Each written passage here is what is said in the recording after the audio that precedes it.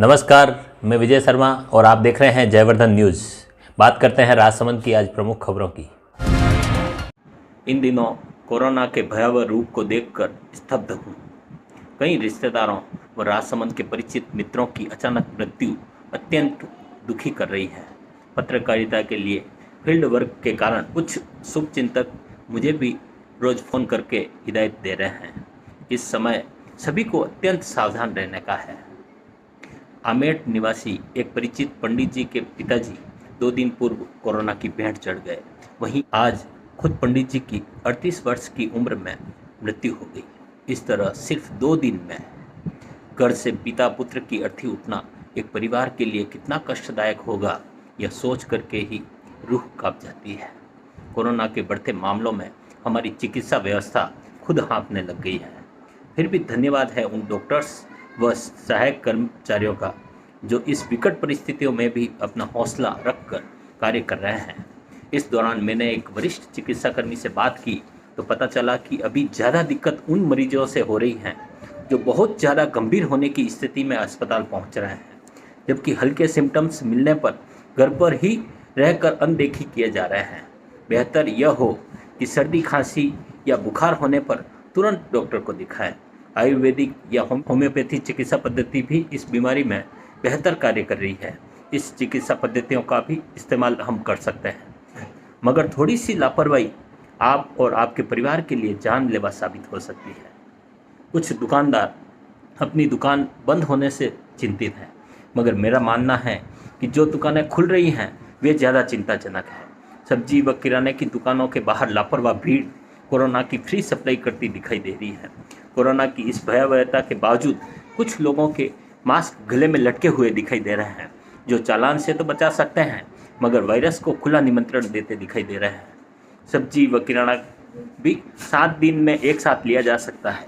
अभी बहुत ज़रूरी हो तभी घर से बाहर निकलना चाहिए। इस बढ़ती महामारी के लिए कौन जिम्मेदार है, कौन नहीं, इस पर चर्चा करने का अभी वक्त नहीं है। मैं भी कुछ दिनों पूर्व कुछ लोगों को जिम्मेदार बता रहा था, मगर अभी समस्या इतनी भयावह रूप ले चुकी है कि हमें अनावश्यक तर्क वितर्क छोड़कर सिर्फ इसके समाधान के लिए सोचना चाहिए। वर्तमान हालात को कुछ लोगों ने मानव सेवा का एक अवसर बना लिया है।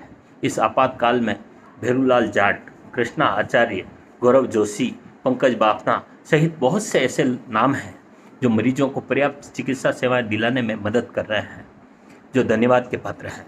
कुछ फैक्ट्री मालिक ऑक्सीजन सिलेंडर देकर तो कुछ लोग मरीजों को आवश्यक सामग्री पहुंचाकर अपनी मदद कर रहे हैं।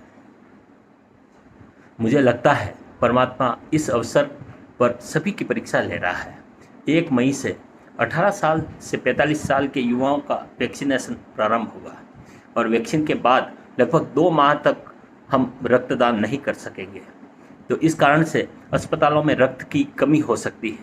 इसलिए हम वैक्सीन लगवाने से पहले जरूर रक्तदान करें।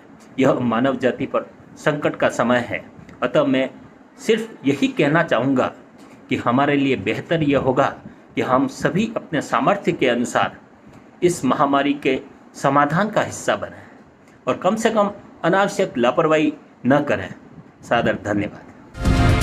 राजसमंद जिले में 28 अप्रैल को दिन भर में 255 लोग कोरोना पॉजिटिव मिले हैं, जबकि 156 लोग कोरोना को हराकर स्वस्थ हो गए।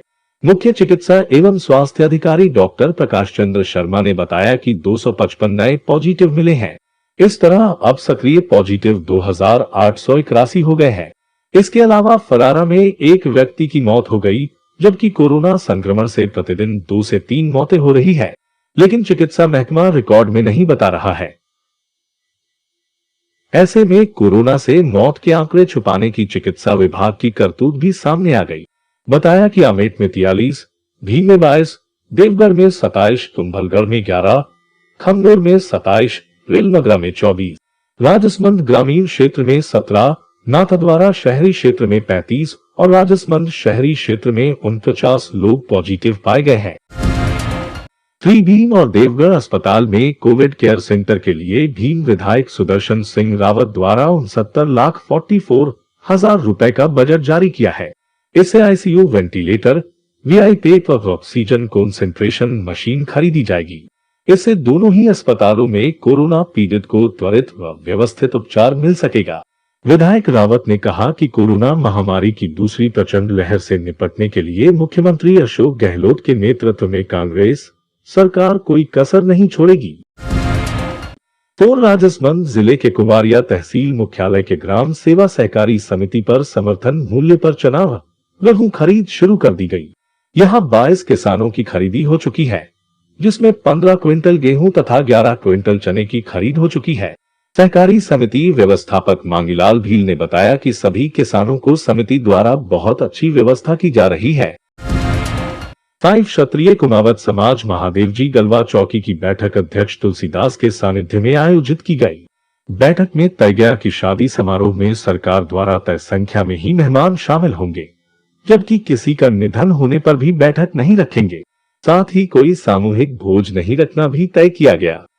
कुमावत समाज महादेव जी गढ़वा चौकी के कार्यकारिणी ने यह निर्णय लिया है कि कोरोना काल की महामारी से मुकाबला करने के लिए समाज सरकार की पूरी गाइडलाइन की पालन करेगा और किसी भी प्रकार की मृत्यु होने पर बिछावना नहीं रखेंगे और न वहाँ बैठने के लिए आएंगे न जाएंगे। विवाह शादी में भी जो सरकार की गाइडलाइन दी गई उसके अनुसार समाज जो है काम करेगा। ऐसी विनम्र अपील कार्यकारिणी ने पूरे समाज के चोगले को की गई। इसी तरह राजसमंद की खबरों से जुड़े रहने के लिए सब्सक्राइब कीजिए YouTube चैनल जयवर्धन न्यूज़।